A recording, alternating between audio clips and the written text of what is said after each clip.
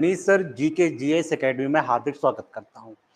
हम मध्य प्रदेश की सीरीज में देख रहे थे कि मध्य प्रदेश का गठन कंप्लीट किया था हमने और मध्य प्रदेश का पुनर्गठन को कंप्लीट किया था।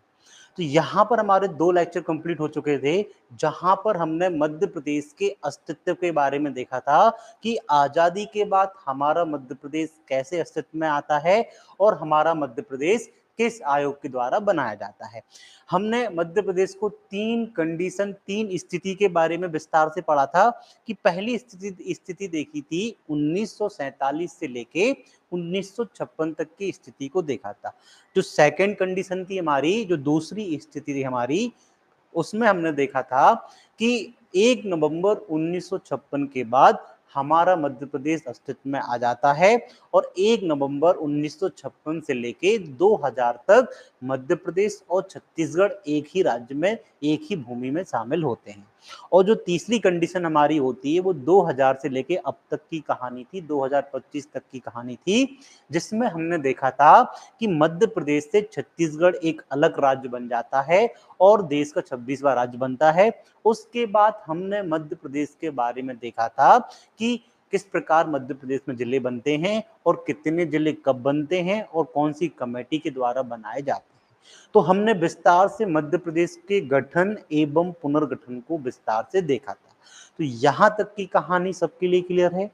आई होप, मैं आशा करता हूं आप लोग ने बहुत अच्छी तरीके से नोट्स बनाए होंगे और बहुत अच्छी तरीके से पढ़ाई की होगी।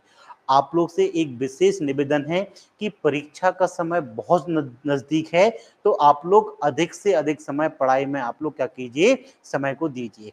अब शादियों का सीजन आ रहा है, तो प्लीज कृपया करके कुछ दिनों तक आप पढ़ाई कर लीजिए, उसके बाद आप लोग बिंदास घूमिए फिरिए।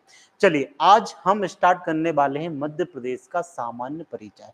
तो मध्य प्रदेश के सामान्य परिचय में हम देखेंगे कि मध्य प्रदेश के क्या क्या नाम रहते हैं, मध्य प्रदेश का भौगोलिक विस्तार क्या होता है, मध्य प्रदेश की आर्थिक स्थिति क्या होती है, मध्य प्रदेश की न्यायिक स्थिति क्या होती है। ऐसे बहुत सारे बिंदुओं पर हम चर्चा करने वाले हैं। तो अब आप लोग से एक और विशेष निवेदन है कि पेपर का समय बहुत नजदीक है, तो सारा का सारा फोकस आप पढ़ाई लिखाई पर कीजिए। बहुत सी चीजों को आप लोग बंद कर दीजिए, जैसे घूमना फिरना होता है, मोबाइल यूज कम कीजिए, इंस्टाग्राम व्हाट्सएप रील्स कम शेयर कीजिए। पूरा का पूरा फोकस आप लोग कीजिए, पढ़ाई पर कीजिए। तो यहाँ आपसे विशेष निवेदन किया जाता है कि आप जितना ज्यादा समय पढ़ाई को दोगे, आपका सिलेक्शन उतना जल्दी होगा। अभी हाल ही में कांस्टेबल आपके पास 7500 पोस्ट थी और सरकार ने, एमपी गवर्नमेंट ने 500 एसआई की पोस्ट भी क्या कर दी है, नोटिफिकेशन जारी कर दिया है। तो आपके सामने बहुत अच्छा अवसर है कि आपके पास बैक टू बैक क्या है, वैकेंसी है। आपके पास बहुत अच्छा मौका है कि एक के बाद आपको दूसरा पेपर देने का मौका मिलेगा और आपका सिलेक्शन जल्दी से जल्दी हो जाएगा। चलिए, अब हम बात करने वाले हैं मध्य प्रदेश के सामान्य परिचय के बारे में बात करने वाले हैं। यहां पर हम क्या करेंगे, मध्य प्रदेश का सामान्य परिचय पढ़ेंगे। अब सामान्य परिचय का मतलब क्या होता है, यहाँ पर एक और आपको बताते हैं कि सामान्य परिचय का मतलब होता है किसी भी चीज का इंट्रोडक्शन, उसके बारे में एक सामान्य जानकारी होती है। जैसे हम और आप होते हैं, जैसे हम आपसे कहते हैं कि बताइए आपका परिचय बताइए, अपने बारे में कुछ बताइए। आप बता देते हो, भैया मेरा नाम विनीत पटेल है, मैं इस जिले से बिलोंग करता हूँ, मैंने ये पढ़ाई की है और वर्तमान में ये कर रहा हूँ। इसी प्रकार हम बात करेंगे मध्य प्रदेश के बारे में, बात करेंगे कि हमारा मध्य प्रदेश की सामान्य जानकारी क्या क्या होती है, कि मध्य प्रदेश को कब बनाया गया था, मध्य प्रदेश का स्थापना दिवस क्या है, मध्य प्रदेश का राजकीय गान क्या है, राजकीय पुष्प क्या है, मध्य प्रदेश की भौगोलिक स्थिति क्या है। तो इन सभी बातों पर हम चर्चा करने वाले हैं।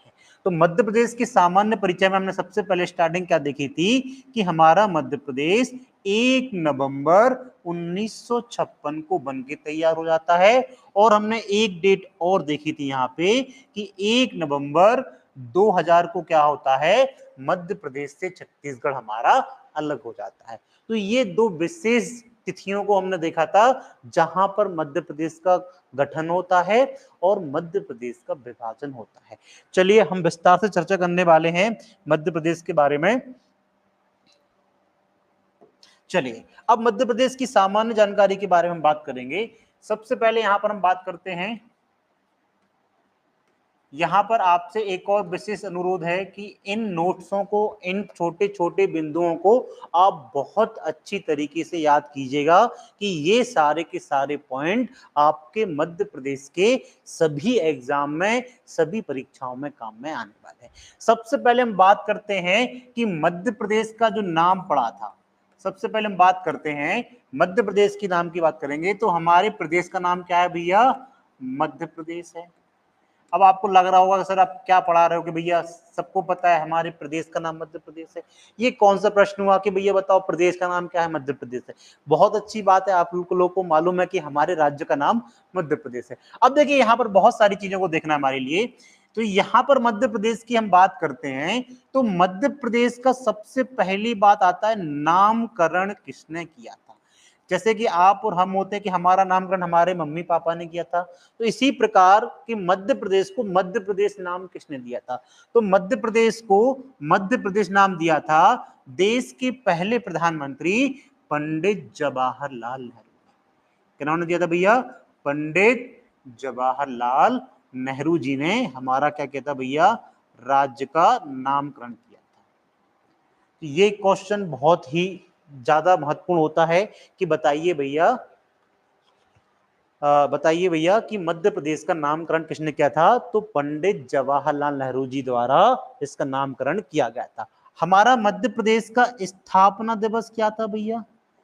कब भैया इसको मध्य प्रदेश का स्थापना दिवस क्या है भैया? 1 नवंबर है। क्या है भैया? 1 नवंबर को हम मध्य प्रदेश का स्थापना दिवस मनाते हैं। अभी आने वाला है मध्य प्रदेश का नवंबर में, तो हम मध्य प्रदेश का स्थापना दिवस मनाते हैं। क्यों मनाते हैं भैया? क्योंकि मध्य प्रदेश का जो गठन किया गया था, इधर आइए देखिए यहाँ पर आपके बहुत सारे बिंदु बनने वाले हैं एक नाम से।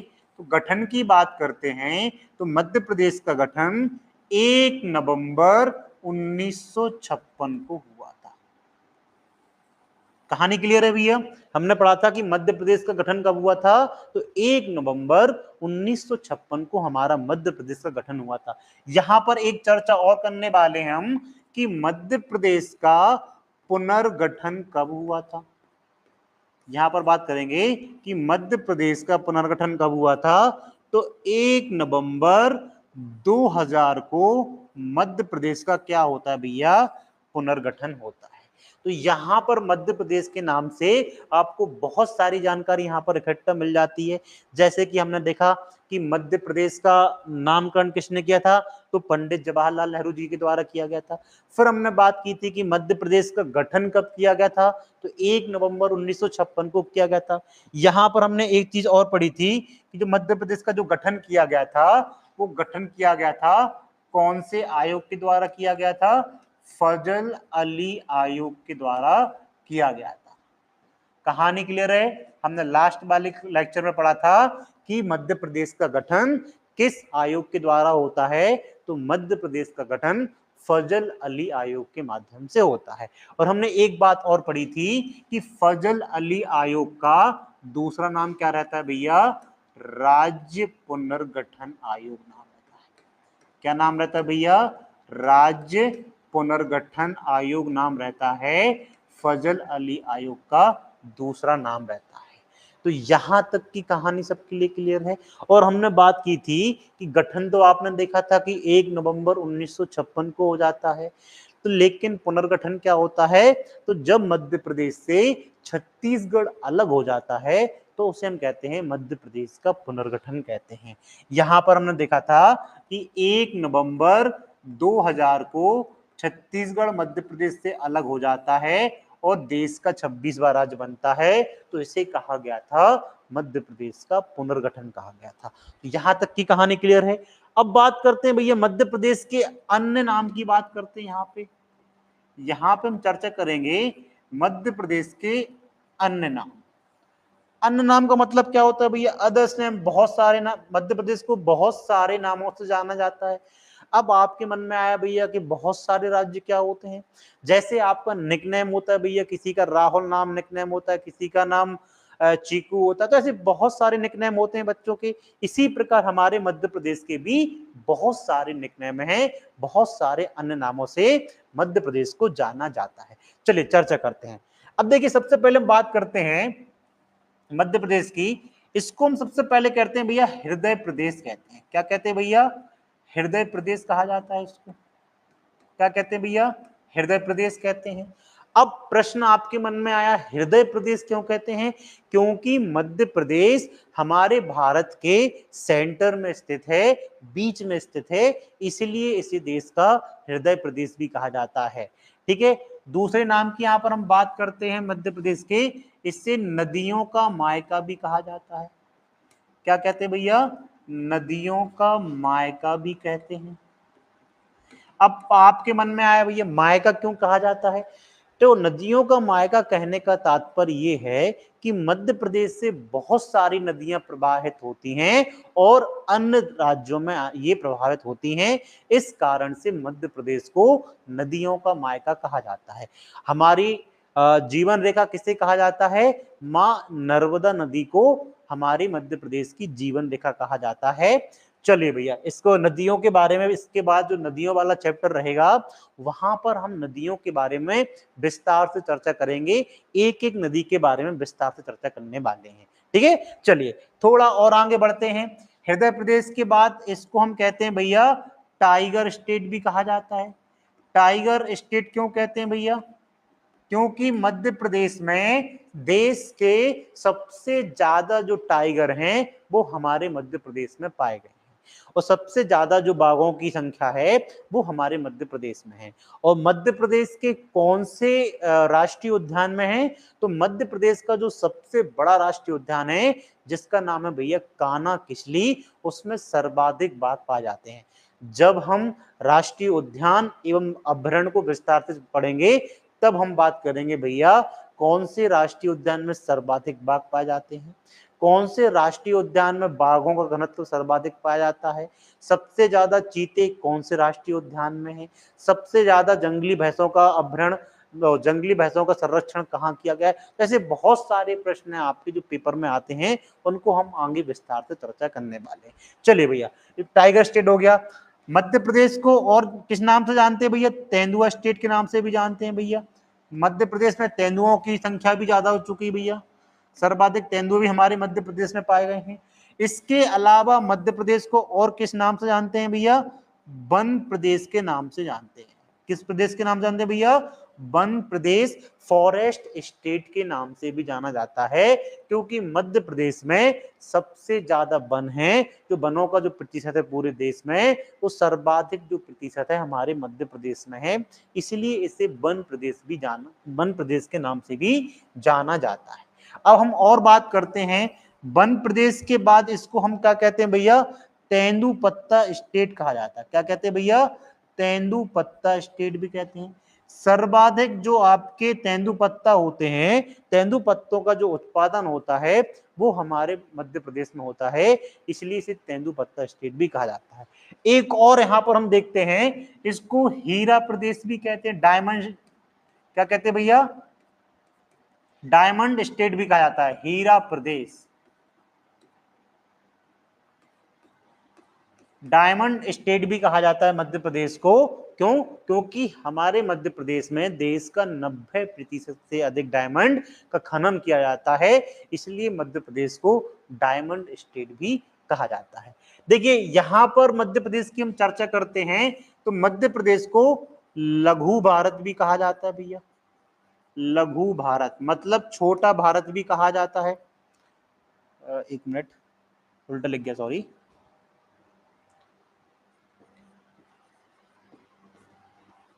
क्या कहा हमने भैया कि मध्य प्रदेश को लघु भारत की संज्ञा भी दिया जाता है, मतलब मध्य प्रदेश को छोटा भारत कहा जाता है। अब छोटा भारत कहने का तात्पर्य क्या है कि हमारे मध्य प्रदेश में देश की सभी प्रकार की कला संस्कृतियों का एक मिश्रण देखने को मिलता है, जिस कारण से मध्य प्रदेश को लघु भारत की संज्ञा दी गई है। हम और बात करते हैं, इसको हम सीपी नाम से भी जानते हैं। सीपी, जब हमने पहली बार मध्य प्रदेश के गठन के बारे में पढ़ रहे थे तब हमने क्या देखा था? सीपी के बारे में देखा था। सीपी का फुल फॉर्म क्या होता है भैया? सेंट्रल प्रोविंस होता है। क्या होता है भैया? सेंट्रल प्रोविंस होता है। ठीक है।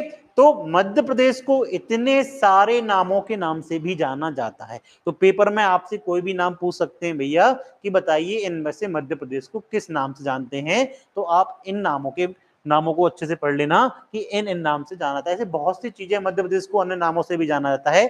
फिलहाल अभी हम इन्हीं नामों के बारे में चर्चा करेंगे।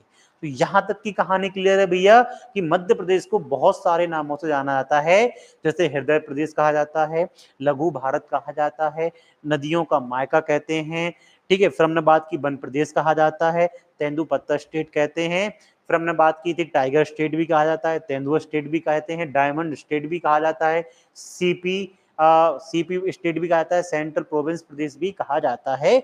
ये हमारे मध्य प्रदेश के अन्य नाम। यहां तक की कहानी सभी के लिए क्लियर है। चलो भैया अब हम बात करते हैं, थोड़ा और आगे बात करते हैं भैया। ये तो हमने मध्य प्रदेश के अन्य नामों के बारे में देख लिया कि मध्य प्रदेश को हम इन नामों से जानते हैं। यहां पर मध्य प्रदेश का गठन के बारे में देखा। मध्य प्रदेश की स्थापना 1 नवंबर को की गई थी, 1 नवंबर 1956 को की गई थी। इसलिए मध्य प्रदेश का स्थापना दिवस 1 नवंबर को मनाया जाता है। और मध्य प्रदेश का नामकरण किसने किया था भैया? देश के पहले प्रधानमंत्री पंडित जवाहरलाल नेहरू जी के द्वारा किया गया था। चलिए भैया थोड़ा और आगे बढ़ते हैं भैया इसके बारे में। अब हम बात करते हैं भैया कि मध्य प्रदेश के बारे में, तो मध्य प्रदेश की भौगोलिक स्थिति के बारे में हम बात करते हैं। किसके बारे में बात करते हैं भैया? मध्य प्रदेश की भौगोलिक स्थिति के बारे में बात करते हैं। अब आपके मन में आ रहा भैया भौगोलिक स्थिति क्या होती है? ज्योग्राफिकल कंडीशन के बारे में हम बात करेंगे कि हमारे मध्य प्रदेश का ज्योग्राफिकल एरिया, मध्य प्रदेश की भौगोलिक स्थिति किस प्रकार है। चलो भैया सबसे पहले हम बात करते हैं, एक छोटा सा मैप बनाते हैं। यहाँ पे मैप के जरिए से अपन देखेंगे। यहाँ पे मैप बनाते हैं, छोटा सा मैप है।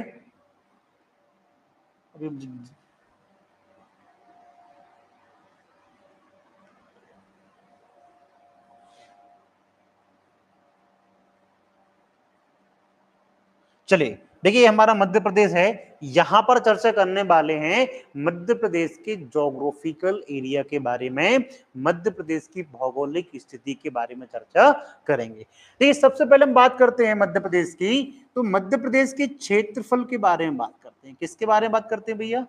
मध्य प्रदेश के क्षेत्रफल के बारे में बात करते हैं।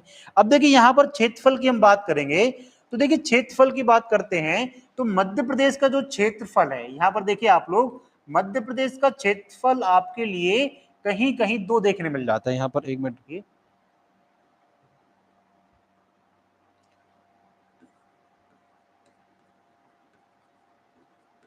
तो क्षेत्रफल की बात करें मध्य प्रदेश की, तो मध्य प्रदेश का क्षेत्रफल है 3,08,252 वर्ग किलोमीटर। ठीक है। या अब या का मतलब है कि इसका एक और क्षेत्रफल है 3,08,245 वर्ग किलोमीटर। अब देखिए आपके लिए मध्य प्रदेश के दो क्षेत्रफल देखने मिल जाते हैं। पहला होता है 3,08,252 वर्ग किलोमीटर और दूसरा मिलेगा आपको 3,08,245 वर्ग किलोमीटर। अब आपके मन में यहां पर एक प्रश्न निकल के आता है कि सर आप बताइए अब ये दो दो क्षेत्रफल हमें देखने क्यों मिलते हैं। अब देखिए यहां पर क्या होता है कि यहां पर एक अमरकंटक के पास एक किरार घाटी है। कौन सी घाटी है भैया? किरार घाटी है, किरार घाटी। तो किरार घाटी के कारण ये क्षेत्रफल हमें सात, जो अंतर आ रहा है कितना आ रहा है? 7 स्क्वायर किलोमीटर का जो जो डिफरेंस आ रहा है, इसके कारण इसका रीजन क्या है भैया? वो है अमरकंटक की किरार घाटी। अब किरार घाटी क्यों है? देखिए क्या होता है कि जब राज्यों का क्षेत्रफल का सर्वे किया जाता है, जब ये मध्य प्रदेश के क्षेत्रफल का सर्वे किया जाता है, जब किरार घाटी मध्य प्रदेश के अंदर आती है, जब ये किरार घाटी मध्य प्रदेश का हिस्सा होती है, तो मध्य प्रदेश का क्षेत्रफल 7 किलोमीटर स्क्वायर हमारा बढ़ जाता है, मतलब 3,08,252 वर्ग किलोमीटर होता है। और जब ये करार घाटी छत्तीसगढ़ में चली जाती है, तो हमारे मध्य प्रदेश का क्षेत्रफल 7 किलोमीटर वर्ग क्या हो जाता है, कम हो जाता है। मतलब हमारा क्षेत्रफल 3,08,245 वर्ग किलोमीटर हो जाता है। ठीक है, तो जिसका कारण क्या होता है भैया, मध्य प्रदेश की किरार घाटी होती है। अब देखिए हम बात करते हैं, ज्योग्राफिकल की बात कर रहे हैं, ये वाला क्षेत्र हमारा उत्तर होता है, नॉर्थ होता है भैया, ये हमारा क्षेत्र दक्षिण होता है, ये वाला हमारा क्षेत्र कौन सा भैया, साउथ वाला क्षेत्र है। ठीक है, ये वाला क्षेत्र हमारा पश्चिम है, तो ये वाला हमारा क्षेत्र कौन सा है भैया, पूर्व है। ठीक है, तो ये 4 दिशाएं हैं भैया। अब देखिए यहां पर हम बात करते हैं उत्तर से दक्षिण तक की लंबाई हमारी कितनी है। यहां पे हम बात करेंगे भैया नॉर्थ और साउथ की बात करेंगे, तो नॉर्थ साउथ के बीच कितना अंतर है भैया, यहां से लेके यहां तक टोटल कितना है हमारा, 605 किलोमीटर। कितना भैया, 605 किलोमीटर है। और यहां से हम बात करेंगे अलीराजपुर से लेके भैया सिंगरौली तक बात करेंगे, यहां से हम ईस्ट और वेस्ट की बात करेंगे, यहां पर पश्चिम से लेके पूरब तक की बात करेंगे, तो इसका क्षेत्रफल हमारा, सॉरी इसकी जो दूरी है वो है 870 किलोमीटर। मतलब यहां पर हम चर्चा कर रहे हैं कि मध्य प्रदेश का पूरब से पश्चिम और उत्तर से दक्षिण, नॉर्थ से साउथ और ईस्ट से वेस्ट कितनी दूरी है। तो नॉर्थ से साउथ की हम बात करते हैं तो 605 किलोमीटर है, और ईस्ट से वेस्ट की बात करते हैं, पूरब से पश्चिम की बात करते हैं, तो इसकी दूरी हमारी है 870 किलोमीटर। यहां तक की कहानी सभी के लिए क्लियर है। यहां तक क्षेत्रफल देख लिया आप लोग ने, यहां पर आपने क्या देख लिया, उत्तर से पश्चिम और सॉरी उत्तर से दक्षिण और पूरब से पश्चिम तक की लंबाई देख ली। अब देखिए यहां पर हम चर्चा करने वाले हैं कि उत्तर पूरब पश्चिम दक्षिण में कौन सा जिला है हमारा। सबसे पहले हम बात करते हैं भैया सबसे उत्तरी जिला कौन सा है हमारा, यहां पे हम बात करते हैं मुरैना की। किसकी बात करेंगे भैया, मुरैना। ठीक है, तो मतलब हमारा मध्य प्रदेश का सबसे उत्तरी जिला कौन सा है, तो मुरैना है। ठीक है, हम बात करते हैं दक्षिण जिला की बात करते हैं, तो सबसे दक्षिणी जिला कौन सा है हमारा भैया, वो है हमारा बुरहानपुर। बुरहानपुर, चलो भैया ये हमारा सबसे दक्षिणी हो गया। हम पश्चिम की बात कर लेते हैं, सबसे पश्चिमी जिला कौन सा है हमारा, तो वो है हमारा अलीराजपुर। कौन सा भैया, अलीराजपुर। अलीराजपुर जिला हमारा मध्य प्रदेश का सबसे कम साक्षरता वाला जिला भी है। सबसे कम जो साक्षरता पाई गई है वो 2011 की जनगणना के अनुसार वो हमारा जिला है अलीराजपुर। और सबसे पूर्वी जिले की हम यहाँ पे बात करते हैं तो वो हमारा कौन सा है भैया, सिंगरौली है। कौन सा भैया, सिंगरौली है। तो ये 4 जिला हैं भैया हमारे जो सबसे उत्तर दक्षिण पूर्व और पश्चिम में पाए गए हैं। ठीक है, और स्थित हैं। ठीक है, तो यहां तक की कहानी सबके लिए क्लियर है भैया। क्षेत्रफल 3,08,252 वर्ग किलोमीटर है। फिर हमने बात की थी भैया एक और क्षेत्रफल देखने मिल जाता है 3,08,245। क्यों मिल जाता है, अमरकंटक की किरार घाटी के कारण। फिर हमने उत्तर से दक्षिण लंबाई देखी थी 605 किलोमीटर थी, और पूरब से पश्चिम को देखा था तो 870 किलोमीटर थी। सबसे उत्तरी जिला मुरैना है, सबसे दक्षिणी जिला हमारा बुरहानपुर है, सबसे पश्चिमी जिला अलीराजपुर है, और सबसे पूर्वी जिला कौन सा है हमारा भैया, सिंगरौली है। अब देखिए यहां पर हम एक चीज और हम बात करते हैं भैया, ये तो आपने देख लिया भैया कि सबसे उत्तरी बता दिया, आपने दक्षिणी बता दिया, आपने पूर्व पश्चिम बता दिया। अब हमें यहाँ के पड़ोसी राज्यों के बारे में बताइए। चलिए, तो मध्य प्रदेश से कुछ भौगोलिक क्षेत्र में इसके पड़ोसी राज्यों के बारे में भी देख लेते हैं। एक छोटा सा मैप फिर से बना लेते हैं। देखिए मैप आप लोग के लिए बहुत जरूरी है। आप लोग से एक और अनुरोध है, जब भी एमपी पढ़ रहे हो आप लोग तो एक मैप बनाना सीख लीजिए। ऐसा बनना चाहिए कि आपको बस देखना चाहिए कि हमारा मध्य प्रदेश है, क्योंकि मैप से जो चीजें क्लियर होती हैं वो शायद आप रट्टा मार के याद करें, लेकिन मैप से जो चीजें क्लियर होती हैं वो सबसे बढ़िया चीज होती है। अब देखिए यहां पर हम बात करने वाले हैं मध्य प्रदेश के यहाँ पे पड़ोसी राज्यों की बात करने वाले हैं। कौन भैया, पड़ोसी।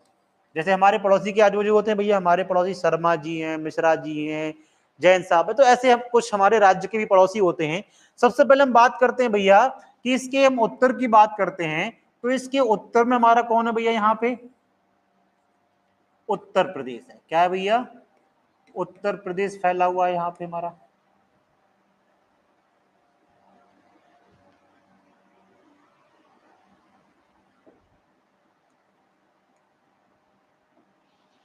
चलो भैया, ये तो अपना उत्तर प्रदेश हो गया, ठीक है, उत्तर में अपना उत्तर प्रदेश हो गया।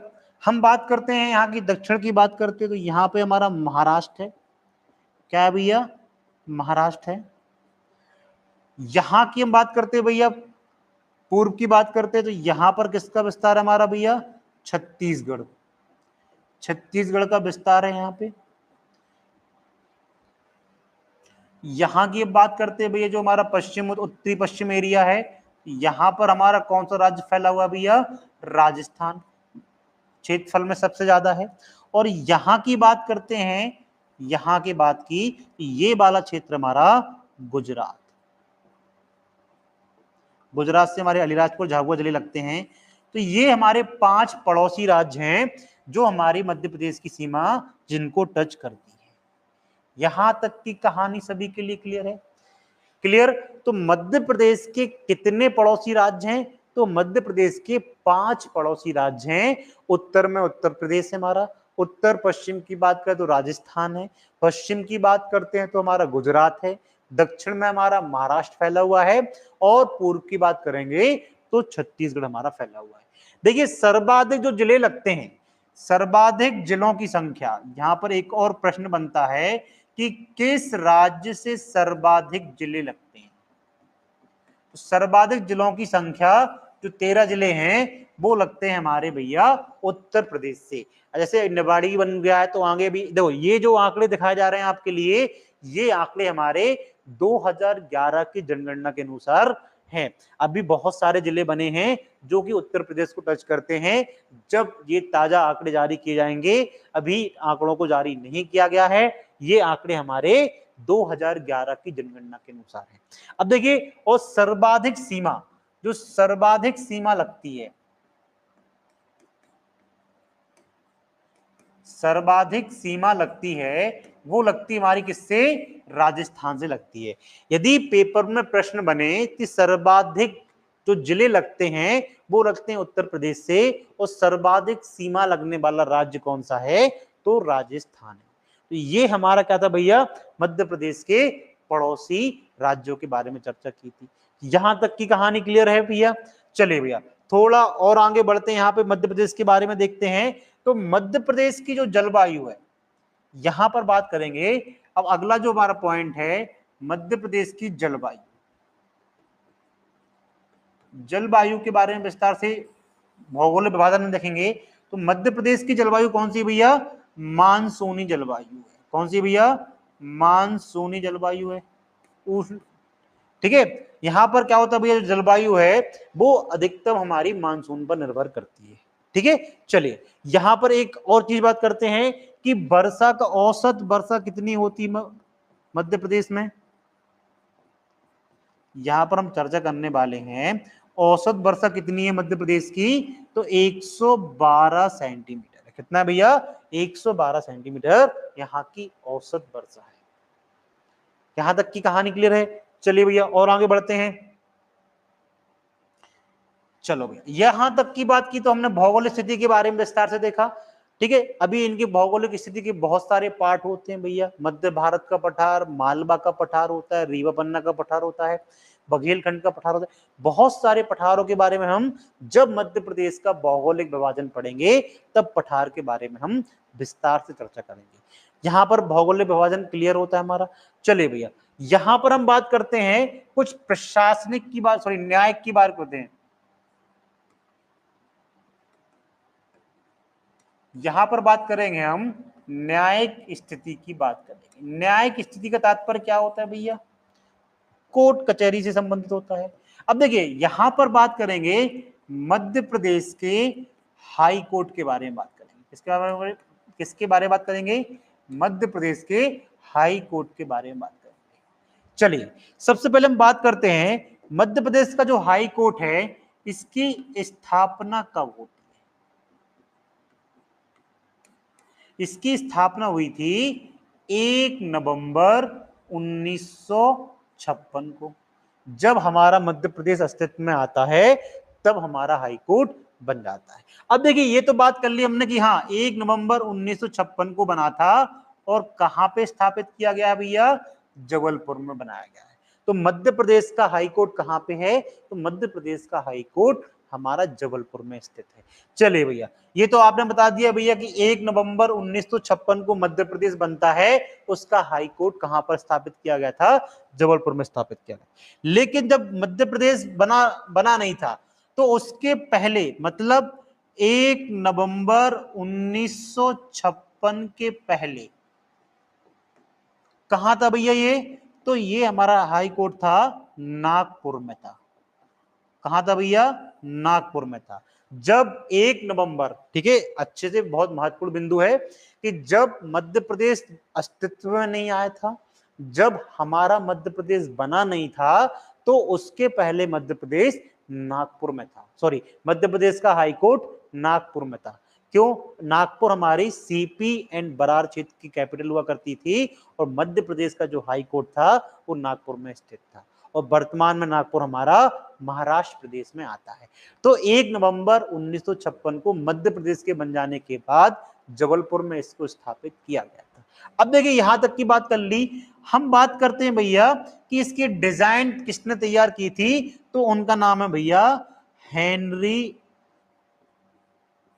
इरविन। ठीक है, ये हेनरी इरविन थे जिन्होंने इसका क्या किया था भैया, डिजाइन तैयार किया था, हेनरी इरविन ने किया था। अब एक चीज और यहां पर होती है भैया, एक और चीज देखिए कि इसकी 2 खंडपीठ भी स्थापित की गई हैं।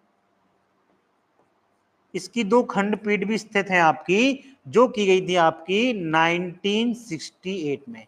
1968 में मध्य प्रदेश हाई कोर्ट की 2 खंडपीठों को क्या किया गया था, स्थापित किया गया था। तो ये 2 खंडपीठ कहां पर हैं, पहली है आपकी भैया इंदौर में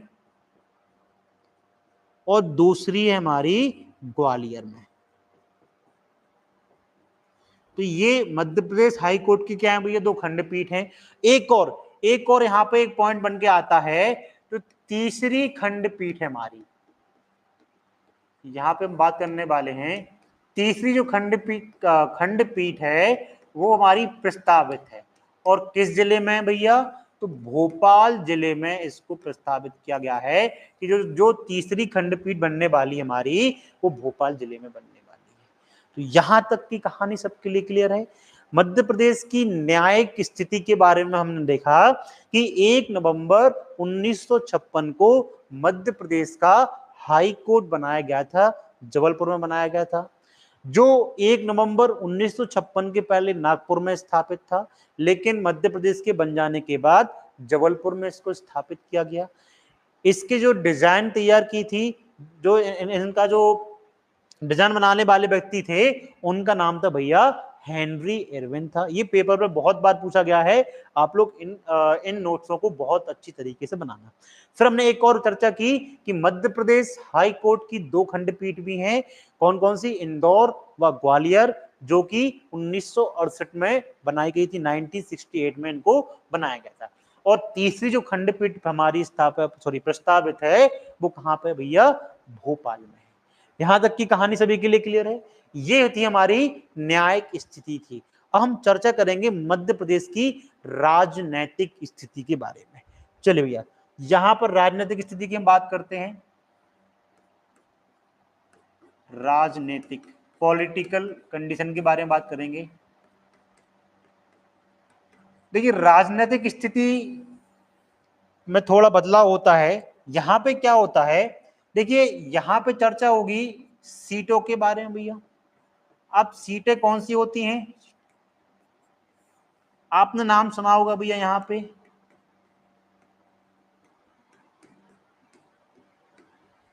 विधानसभा के बारे में नाम सुना होगा, आपने नाम सुना होगा भैया राज्यसभा के बारे में नाम सुना होगा, और तीसरा नाम सुना होगा आपने लोकसभा।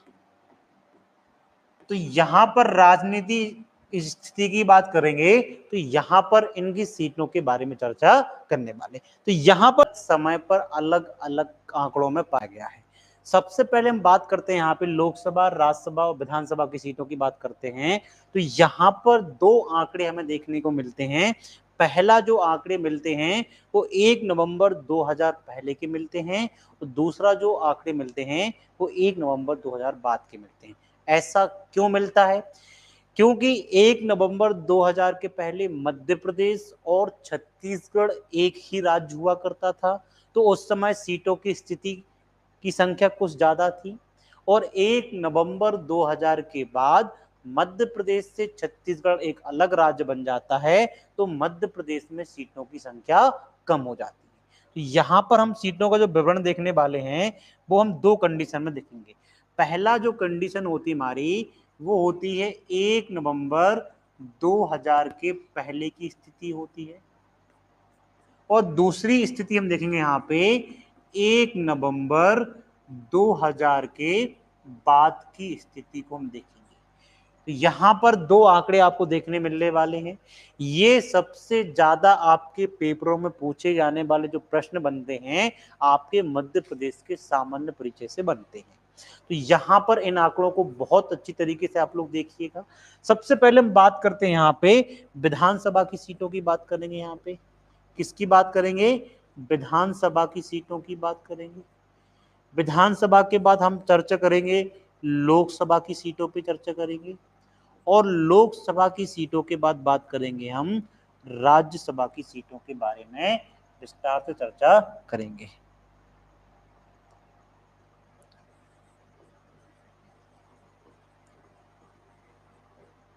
राज्यसभा, देखिए विधानसभा की सीटों की बात करते हैं तो 1 नवंबर, यहां पे 1 नवंबर 2000 पहले की बात की जा रही है।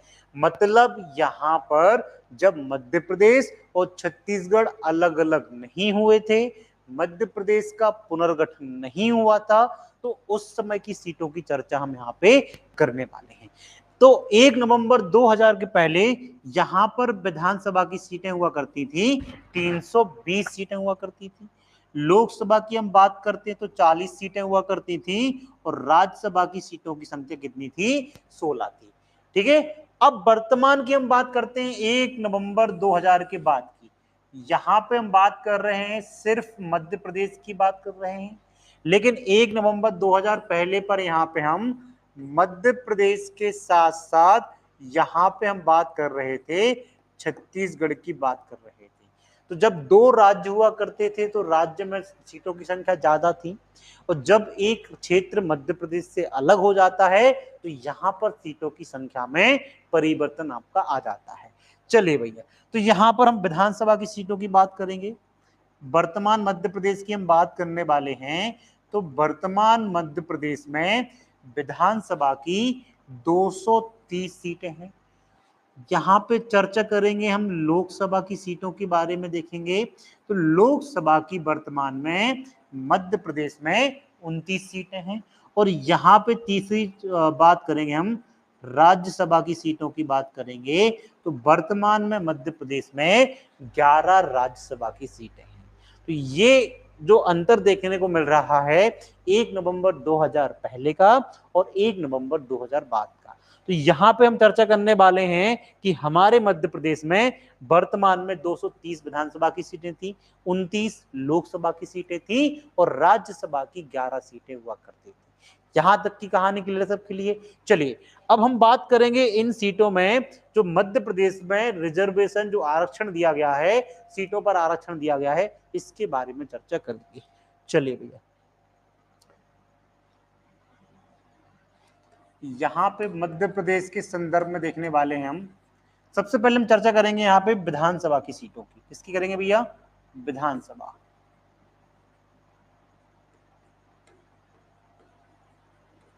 विधानसभा की सीटें देखेंगे यहाँ पे। ठीक है, टोटल कितनी सीटें भैया? 230 सीटें हैं।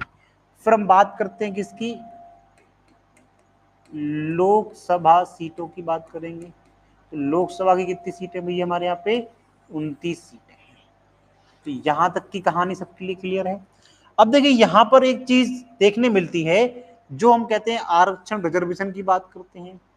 यहां पर जो आरक्षण दिया गया है वो एससी और एसटी समुदाय के लिए दिया गया है। यहां पर इसकी हम बात करते हैं तो अनुसूचित जाति की बात करते हैं, और यहां पे हम बात करेंगे अनुसूचित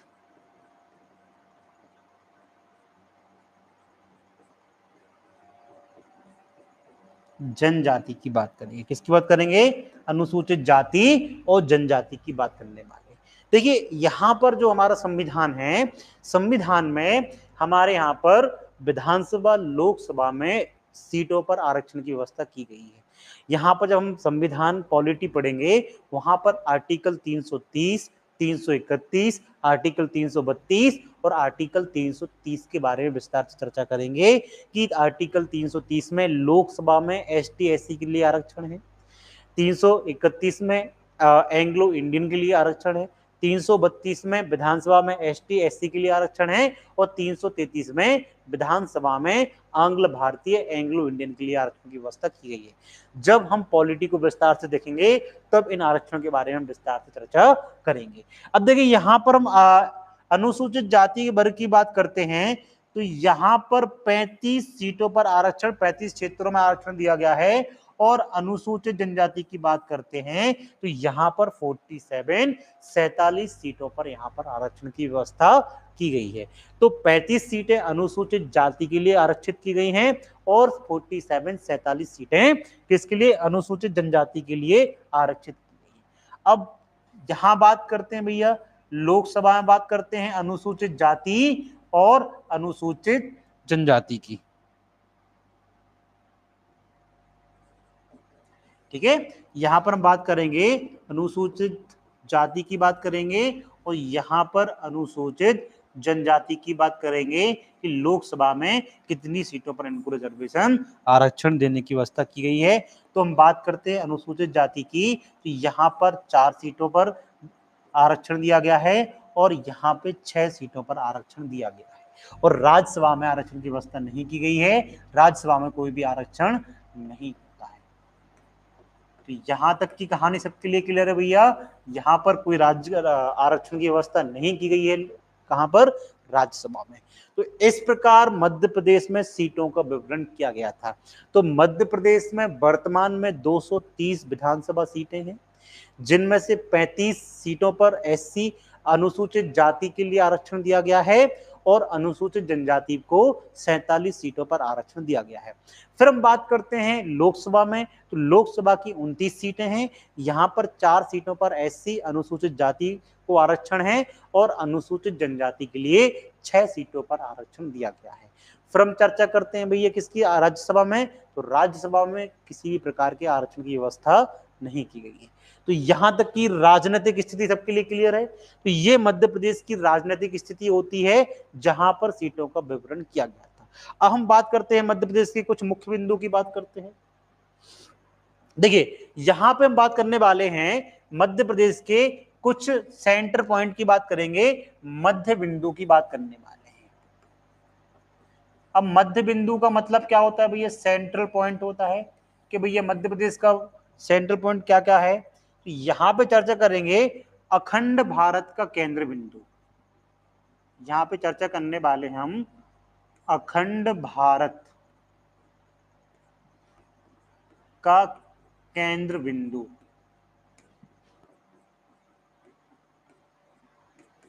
देखिए अखंड भारत के केंद्रीय बिंदु की हम चर्चा करते हैं तो अखंड भारत का जो केंद्रीय बिंदु है वो है हमारा बरसाली। क्या है भैया? बरसाली क्षेत्र है जो कि कहां पे आता है भैया? बैतूल क्षेत्र में आता है। कहां पे आता है भैया? बैतूल जिले में आता है। तो अखंड भारत, जब भारत अखंड भारत था हमारा, पूरा भारत एक हुआ करता था पहले, पूरा क्षेत्र एक हुआ करता था, तो उसका अखंड भारत का जो केंद्र बिंदु था वो बरसाली था, जो किस जिले में आता है भैया? बैतूल में आता है। यहां पर एक और चर्चा करते हैं भैया कि भारत का भौगोलिक केंद्र बिंदु, आज हम वर्तमान भारत की बात करेंगे। यहाँ पे वर्तमान भारत की बात करेंगे तो भारत का भौगोलिक बिंदु, जो आज हमारा देश है, भारत है, हिंदुस्तान है, तो इसका भौगोलिक केंद्र बिंदु क्या है भैया यहाँ पे? तो वो भौगोलिक केंद्र बिंदु है हमारा मनोहर ग्राम।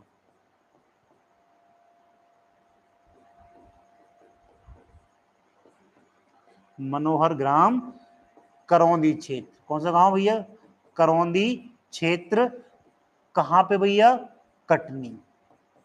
ये बहुत ही महत्वपूर्ण प्रश्न है आपके लिए भैया, कि पेपर में बहुत बार पूछा जाता है कि बताइए देश का केंद्र बिंदु कहां पे स्थित है। वर्तमान में भारत का भौगोलिक केंद्र बिंदु कहां पे है, पृथ्वी का केंद्र बिंदु कहां है, मध्य प्रदेश का केंद्र बिंदु कहां है। तो ऐसे बहुत सारे प्रश्न आपके पेपर में पूछे जाते हैं। तो यहाँ पर अखंड भारत की हमने बात की, तो बरसाली क्षेत्र है जो बैतूल जिले में आता है। भारत के वर्तमान भौगोलिक क्षेत्र की हमने बात की थी कि भारत के भौगोलिक क्षेत्र का केंद्र बिंदु क्या है भैया? तो मनोहर ग्राम। कहां पे? करौंदी क्षेत्र, कटनी में स्थित है। तो यहां पर एक और प्रश्न निकल के आता है कि बताइए भैया पृथ्वी का केंद्र बिंदु कहां पे स्थित है। तो पृथ्वी का केंद्र बिंदु की हम यहां पे बात करेंगे। बहुत ही आईएमपी प्रश्न है ये। क्वेश्चन है भैया पृथ्वी का केंद्र बिंदु, वो भी हमारे मध्य प्रदेश में स्थित है। तो मध्य प्रदेश के कहां पे भैया? मंगलनाथ। आपने नाम सुना होगा। मंगलनाथ को पृथ्वी का केंद्र बिंदु कहा जाता है। ये कहां पे भैया? उज्जैन में है। क्लियर? ये मुख्य ऐसे बिंदु हैं जो हमारे पेपर में बार बार पूछे जाते हैं कि भारत का अखंड भारत का केंद्र बिंदु बरसाली गांव, बरसाली क्षेत्र कहां पे भैया? बैतूल में है। फिर बात करते हैं भारत का भौगोलिक अखंड भारत का। अब बात करेंगे वर्तमान भारत की बात करने वाले।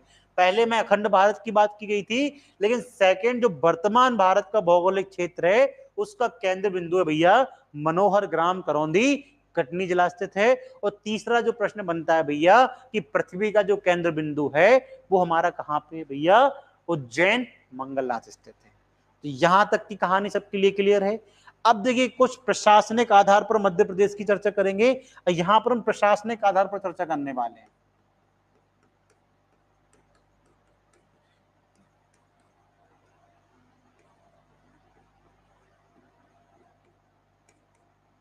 अब देखिए आपने जो सामान्य परिचय के बारे में देखा था, मध्य प्रदेश का सबसे पहले हमने सामान्य परिचय में क्या देखा था भैया?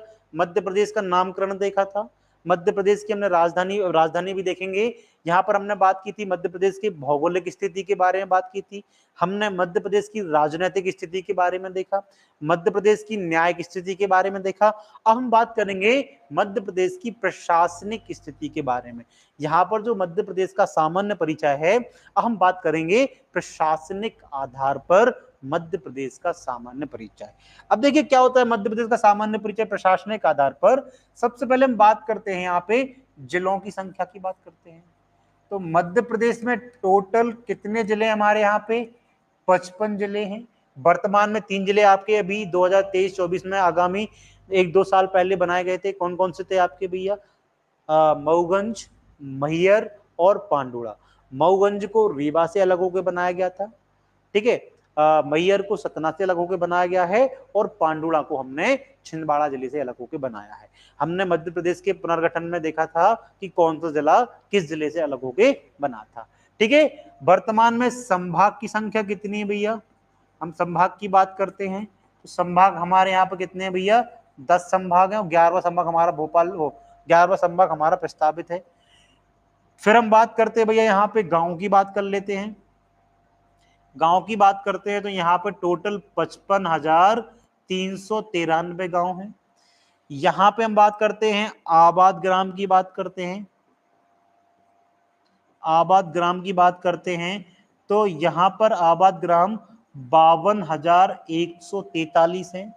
यहाँ पे हम बात करते हैं ग्राम पंचायत की बात करते हैं। किसकी बात करते हैं भैया? ग्राम पंचायत की। तो ग्राम पंचायत हमारे यहाँ पर 23,922 है। कितनी है भैया? 23,922 है। यहाँ पे एक और चर्चा करते हैं भैया, जनपद पंचायत की बात करते हैं। किसकी बात करते हैं? जनपद पंचायत की बात करते हैं। विकास खंड की बात करते हैं, ये हमारे कितने हैं? 313 हैं। देखिए ये कुछ आंकड़े हमारे जो 2011 की जनगणना के अनुसार हैं। वर्तमान में अभी 2021 की जनगणना नहीं हुई थी, जिसके अनुसार ताजा जो आंकड़े हैं हमारे करंट के जो डाटा हैं वो अपडेट नहीं किए गए हैं। तो ये आंकड़े हमारे क्या हैं भैया, 2011 की जनगणना को देखते हुए हैं। कुछ आंकड़े यहाँ पर हमने चेंजेस किए हैं, जिन आंकड़ों का हमें पता लगा हमने उन आंकड़ों में चेंजेस किया है। तो नहीं तो क्या होता है, आंकड़े कभी फिक्स नहीं होते हैं, आंकड़े हमारे चेंज, डाटा हमारा चेंज होता रहता है। तो आप डाटा को लेके आप लोग किसी प्रकार का टेंशन ना लीजिएगा। जब भी सरकारी रिपोर्ट जारी की जाएगी, सरकारी आंकड़े जब भी जारी किए जाएंगे, आप लोग के लिए वो ताजा डाटा आप लोग के लिए दे दिया जाएगा। फिलहाल अभी हम बात करेंगे 2011 की जनगणना के अनुसार। ठीक है, यहां पर हमने बात की थी तो कितने जिले हैं भैया, 55 डिस्ट्रिक्ट हैं। डिवीजन की बात करी 10 है हमारे यहाँ पर। विलेजेस की बात करी, गांवों की बात करी हमारे यहाँ मध्य प्रदेश में तो 55,393 गांव हैं। आबाद ग्राम की बात करी 52,143 है। पंचायत की बात की तो मध्य ग्राम पंचायत की बात की हमने तो कितनी हमारे यहाँ पे 23,922 है। और जनपद पंचायत की बात की 313 है। विकास खंड की बात करते हैं, यहाँ पे विकास खंड की बात कर लेते हैं भैया। विकास खंड की संख्या भी 313 है। यहां पर हम तहसील की बात करते हैं, तहसील 464 है। कुछ आंकड़े हमारे यहाँ पर परिवर्तित हो चुके हैं। ठीक है, तहसील कितनी है, 464 है। यहाँ पे हम बात करते हैं आदिवासी विकास खंड की बात करते हैं। किसकी बात करते हैं भैया, आदिवासी विकास खंड की बात करते हैं। तो आदिवासी विकास खंडों की संख्या कितनी है भैया, विकास खंड की 89। कितनी भैया, 89 है।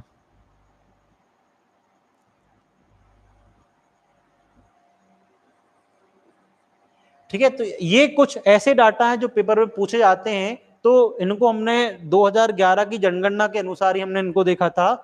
ठीक है, चलिए यहाँ पर कुछ और आंकड़े हम ऐसे देख लेते हैं जो वर्तमान में चेंजेस हुए हैं। तो जैसे गांव, हाँ एक चीज और देखिए, देखिए सबसे जो छोटी इकाई होती है वो होती है गांव, उससे बड़ी होती है भैया हमारी ग्राम पंचायत, फिर होती है जनपद पंचायत, फिर होती है जिला पंचायत। एक और प्रश्न आता है भैया, जिला पंचायत। जिला पंचायत की बात करते हैं तो जितने जिले होंगे उतनी पंचायत होगी। कितने भैया, मध्य प्रदेश में 55 जिले हैं तो 55 जिला पंचायत स्थित हैं। अब देखिए कुछ ऐसे होते हैं कि सबसे बड़ा जिला, हाँ यहाँ पर कुछ ऐसे प्रश्न निकल के आते हैं। यहां तक की कहानी सबके लिए क्लियर है। यहाँ पर ये प्रशासनिक आधार पर जो जिलों को बांटा गया, जो मध्य प्रदेश में जिलों संभाग को बांटा गया है, उस आधार पर हमने मध्य प्रदेश में देखा है। जिले 55 है हमारे यहाँ पे, संभाग 10 हैं।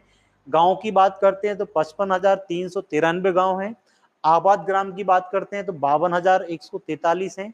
ग्राम पंचायत की बात करते हैं तो 23,922 है हमारे यहाँ पे। जनपद पंचायत 313, विकास खंड 313, आदिवासी विकास खंड 89, तहसील 464, और हमने बात की थी यहाँ पे जिला पंचायत की तो कितनी भैया, 55 है। देखिए सबसे बड़े जिले की बात कर लेते हैं, यहाँ पर जिले की बात कर लेते हैं। 55 जिलों में जो सबसे बड़ा जिला है तो ये हमारा कौन सा भैया, छिंदवाड़ा है। छिंदवाड़ा है।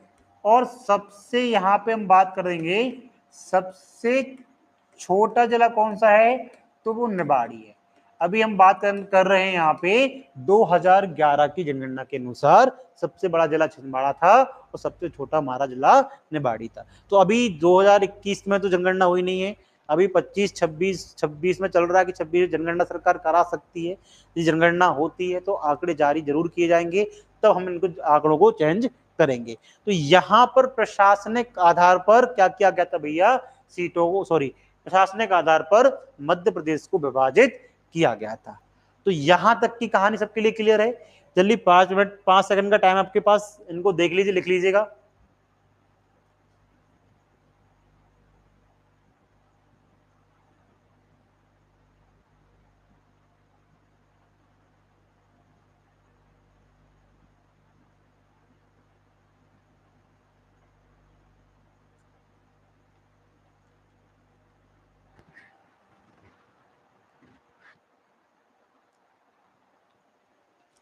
चलिए इतना हो गया।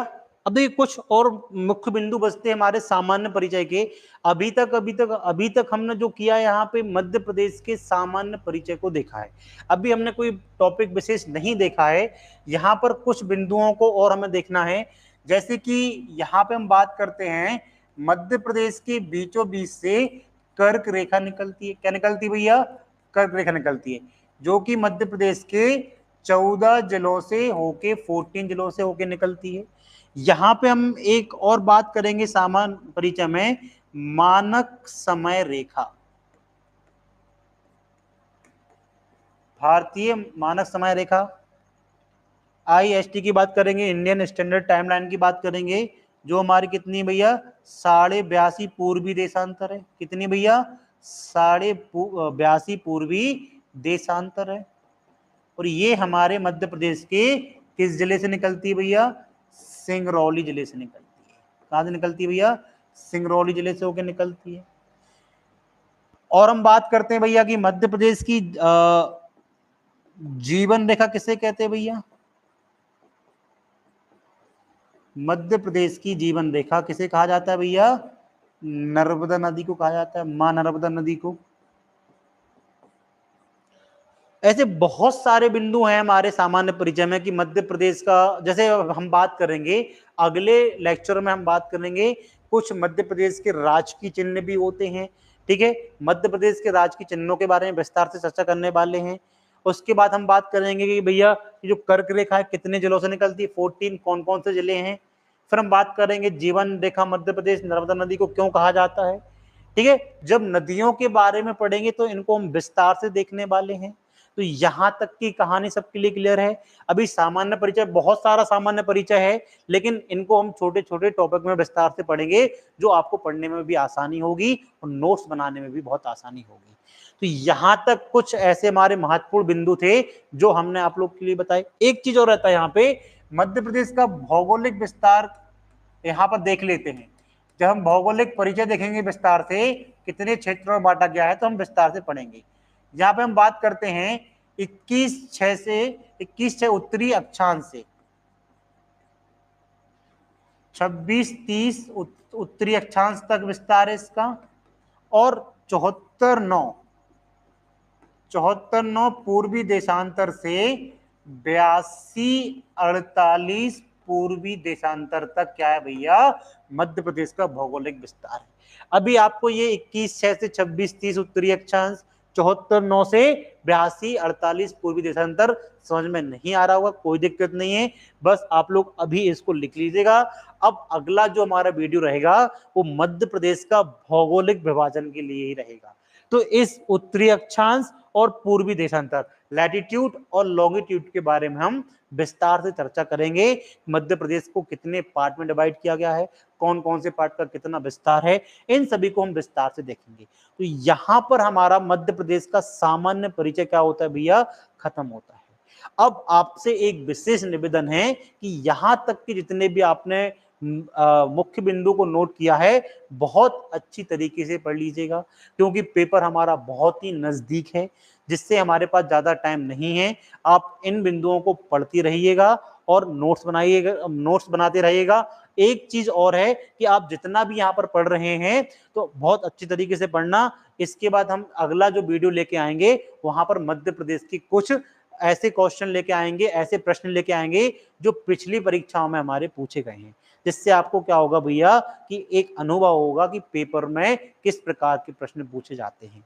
तो यहाँ तक आप लोग बहुत अच्छी तरीके से रिवीजन करना और पढ़ाई आप लोग बहुत अच्छी तरीके से जारी रखिएगा, क्योंकि समय बहुत कम है और हम कोशिश करेंगे कि पेपर के पहले हमारा एक बार कोर्स कंप्लीट हो जाए और हमारा रिवीजन भी हो जाए। ठीक है, मिलते हैं नेक्स्ट लेक्चर में, तब तक के लिए नमस्कार।